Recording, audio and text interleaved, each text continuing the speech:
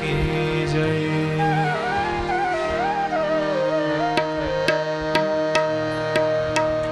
लंबोदरं परमसुन्दरमेकदन्तं रक्ताम्बरं त्रिनयनं परमं पवित्रम् उद्यद्दिवाकरकरोज्ज्वलकायकान्तम् विघ्नेश्वरं सकलविघ्नहरं नमामि। शुक्लां ब्रह्मविचारसार परमाद्यां जगद्व्यापिनी वीणापुस्तकधारिणीं भयदां जाड्यान्धकारापहा हस्ते स्फाटिकमालिकां च ददतीं पद्मासने संस्थितां वन्दे तां परमेश्वरीं भगवतीं बुद्धिप्रदां शारदाम्। नारायणं नमस्कृत्यं नरं चैव नरोत्तमं देवीं सरस्वतीं व्यासं ततो जयमुदीरये।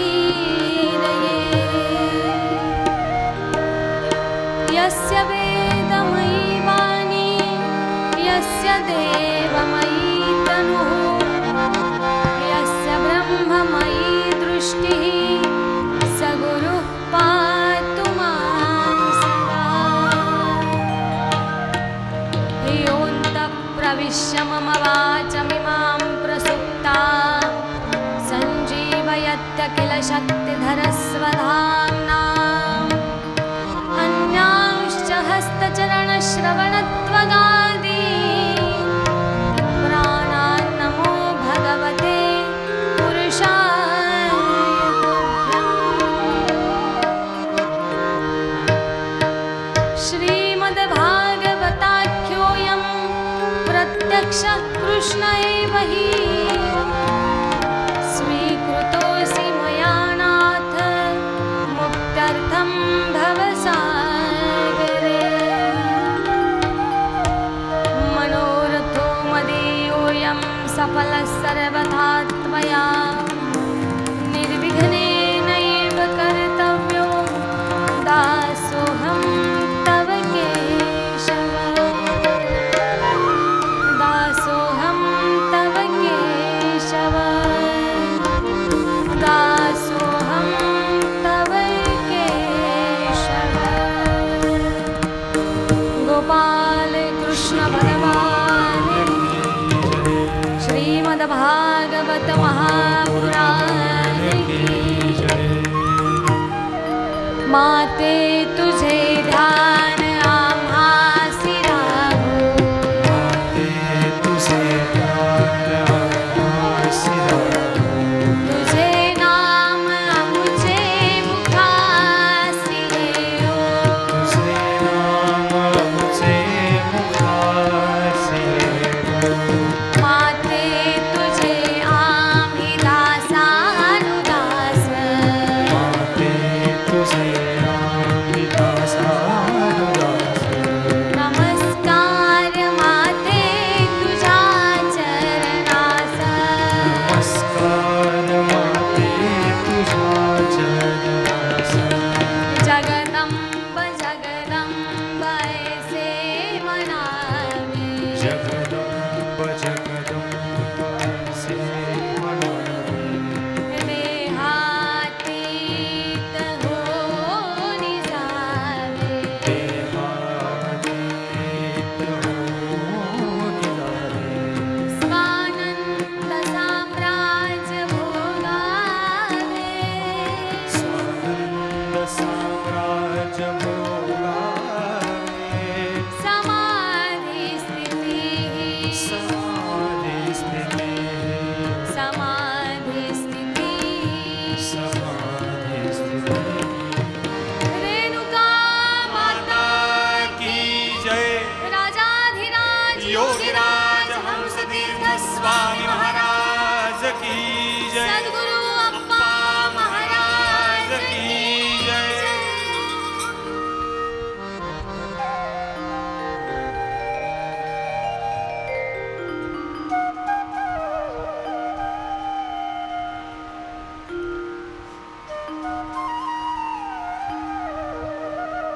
अकारण करुणा वरुणालय सच्चिदानंद घन परमात्म्याच्या असीम अहेतुकी कृपाने श्रीमद भागवत कथा ज्ञान सत्राच्या या 6ठ मधीने आपण सर्वजण प्रवेश करत आहोत.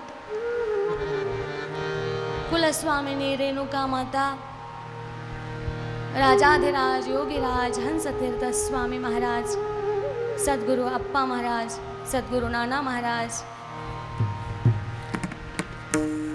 श्री सिद्धनाथ समारंभां हरिहरानंदनाथ मध्यमाम् अस्मद् आचार्य पर्यन्तं वंदे गुरु परंपरा. इस पावन परंपरा को बारंबार नमन करते हुए ब्रह्मलीन पूज्य पिताश्री सद्गुरु स्वामी जी महाराज, इनके चरणों में कोटि कोटि प्रणाम करते हुए इस मंगलमय मुहूर्त में, इस मंगलमय कथा में उपस्थित व्यासपीठ पर विराजमान परम पूज्य अम्बरीश जी महाराज जी के चरणों में कोटि कोटि प्रणाम करते हुए समस्त देवता ऋषि संत विप्र ज्येष्ठ श्रेष्ठ मान्यवर और आप सभी शंकर स्वरूपी श्रोताओं के चरणों में और व्यासपीठ पर आसीन गंधर्वादी गायन वादन करते हुए सभी कलाकारों को जय श्री कृष्ण, जय राधे, जय जगदम्बा.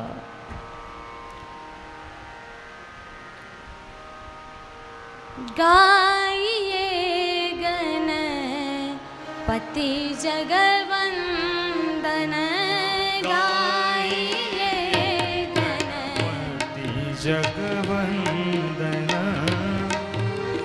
ये गणपति जगवंदन.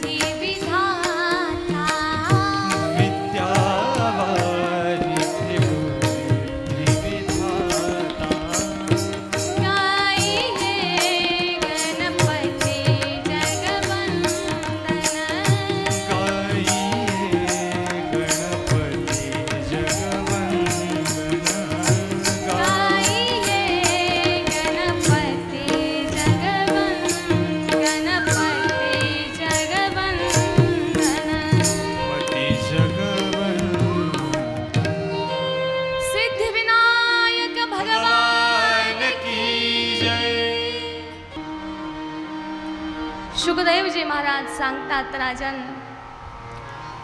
आजच्या 6ष्ठम दिवसाला आपण सुरुवात केलेली आहे. गेली 5 दिवसापासून आपण या श्रीमद भागवत गंगेमध्ये नाहत आहोत. गंगा दशहरा अलौकिक सुवर्ण संधी आपल्याला प्राप्त झालेली आहे. सद्गुरु कृपेनेच प्राप्त झाली, कारण ही आपली एवढी हिम्मत नाही आहे महाराज. त्यांच्या इच्छेनं, त्यांच्या कृपेनं आपण या ठिकाणी सर्व जमलेलो आहोत. गंगा दशहरा आणि त्यामध्ये श्रीमद भागवत ज्ञानरूपी गंगा याचंही आपण या ठिकाणी सेवन करत आहोत.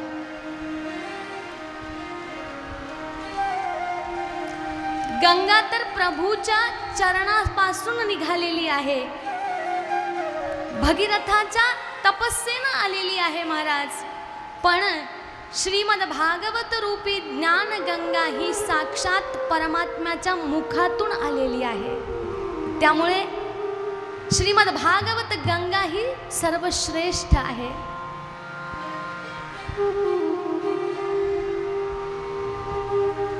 गंगेमध्ये स्नान करण्यासाठी आपल्याला गंगेच्या ठिकाणी जावं लागतं, पण श्रीमद भागवत कथा आपल्या कानापर्यंत पोहोचते. ती स्वतः येते, फक्त आपल्याला तिला मनामध्ये आरूढ करायचं आहे. त्या गंगा दर्शनाने पापाचा नाश होतो. पाप नाशनी गंगा मैया.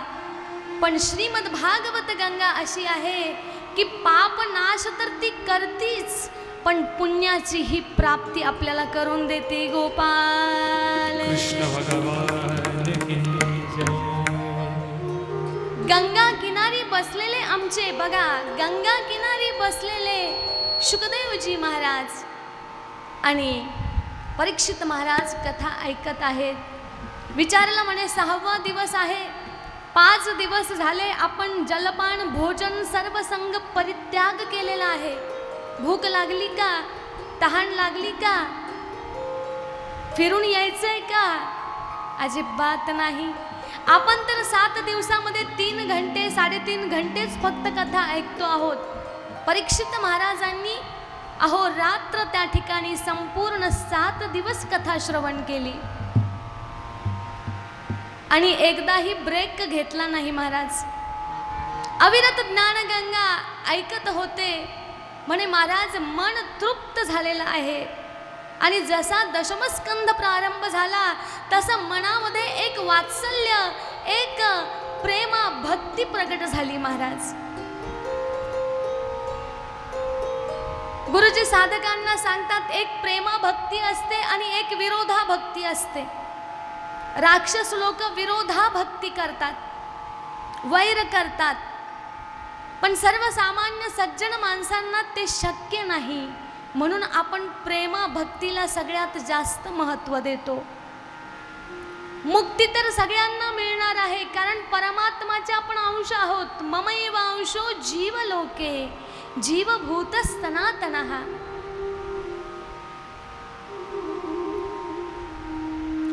आपण सर्व परमात्म्याच्या ठिकाणी जाणार आहोत, पण कोणत्या मार्गाने जाणार आहोत?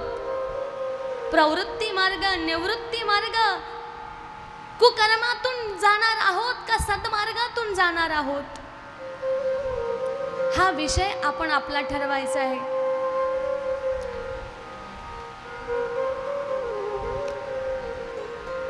तुझं आहे तुझं पाशी, पण आपण बाहेर शोधत आहोत.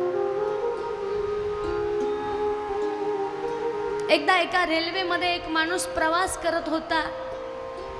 त्याच्या सोबत बरंच दागिने आणि पैशाचं सामान सगळं होतं.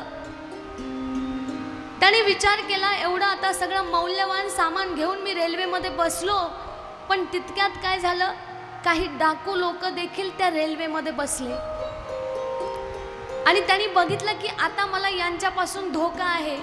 आता काय करावं, आता कुठे ठेवावे पैसे?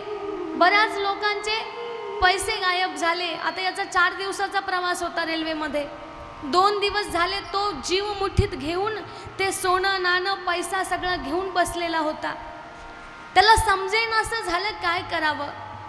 त्याने काय केलं, ज्यावेळेस ते डाकू लोक चहा प्यायला खाली उतरले त्यावेळेस आपल्या बॅगमधून सगळं सामान खाली काढलं आणि काय केलं, त्याची चुंभळ तयार केली.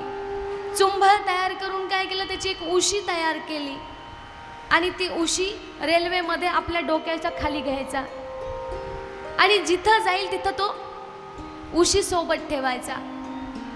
आता चोरांना वाटलं आता इधर माल दिख रहा है, चलो आज इस पर नंबर डालेंगे. त्याच्या लक्षात आलं की आता काहीतरी होणार आहे. तो भीत भीत ती उशी घेऊन झोपून राहिला. महाराज झोप कशाची येते, झोपण्याचं नाटक केलं. ते डाकू लोक रात्री सगळ्यांच्या बॅगा उचकू लागले पण कशामध्येच काही सापडलं नाही. बाहेर शोधू लागले पण त्यांच्या लक्षात नाही आलं की या माणसाच्या डोक्याखालीच त्याचं सगळं संपत्ती दडलेली आहे. ते चोर सगळीकडे शोधू लागले पण त्यांना कुठेही सापडलं नाही. महाराज दृष्टांत संपला. असंच आहे आपल्या मानवी जीवनाचं की परमात्मा आपल्या जवळ आहे पण आपण दुसऱ्या ठिकाणी त्याला शोधण्याचा प्रयत्न करतो. अंतर आत्म्यामध्ये तो प्रविष्ट आहे. अहो ममय अंशो पंचतत्वानी हे शरीर बनलेलं आहे. पंचमहाभूत अग्नी वायू तेज पृथ्वी आकाश. आकाश ही परमात्म्याचं स्वरूप आहे, पृथ्वी ही परमात्म्याचं स्वरूप आहे, अग्नी ही परमात्म्याचं स्वरूप आहे. त्याचे अंशी म्हणजे थोडंसं आपल्याला दिलंय त्यांनी. आणि या 5 तत्वाचं जर एखादं जरी तत्व कमी जास्त झालं तर आपली तब्येत खराब होऊन जाते. महाराज वायू तत्व खराब झालं तब्येत खराब होऊन जाते. अग्नि तत्व खराब झालं पाचन ठीक होणार नाही. जलतत्व खराब झालं सगळे प्रॉब्लेम सुरू होतील. या जसं पंचमहाभूताच्या तत्वाचं बॅलन्स करणं शरीर चालवण्यासाठी आवश्यक असतं त्याच पद्धतीनं आपल्या संस्कृतीमध्ये पंचायतन देवतेला खूप महत्त्व दिलेलं आहे. गणपती, विष्णू, महेश, देवी, सूर्यनारायण कोणतीही पूजा करायच्या आधी या पंचायतन देवतेची आपल्याला पूजा करावीच लागते.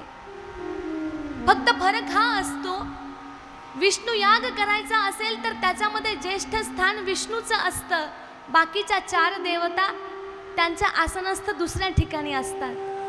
देवी पंचायतन याग करायचा असेल तर ज्येष्ठ देवी भगवतीचं आसन असतं. बाकीचे हे 4 देवता आसनस्थ असतात. सूर्य तर साक्षीभूत देवता आहे आपल्या इथे. या पंचमहाभूताचं बॅलन्स करणं आणि या तत्वांचं एकरूप होणं, त्या देवतेला त्या पद्धतीनं आपण त्यांचं भजन पूजन करणं हे या मानव जीवनामध्ये आपल्याला बघायला मिळतं.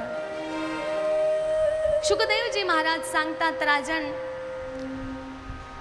जलमय होऊन गेल्यानंतर तहान लागणार नाही. वायुमय बनून गेल्यानंतर आपल्याला हवेची गरज भासणार नाही. पृथ्वी रूप होऊन गेल्यानंतर आपण जडत्व आपल्याला आपोआप मिळून जाईल. अशा पद्धतीनं आमचे परीक्षित महाराज या संपूर्ण विश्वाला एक रूप होत होते म्हणून त्यांना या गोष्टींची कधीही जाणीव भासली नाही.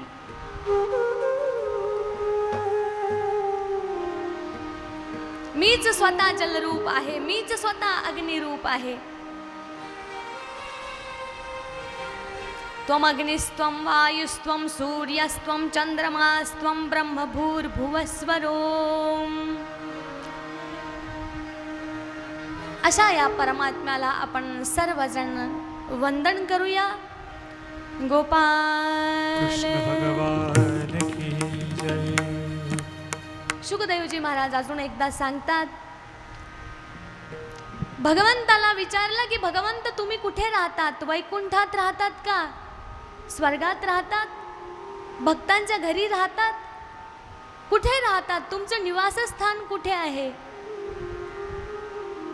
नाहम वसामि वैकुण्ठे योगिनां हृदये रवौ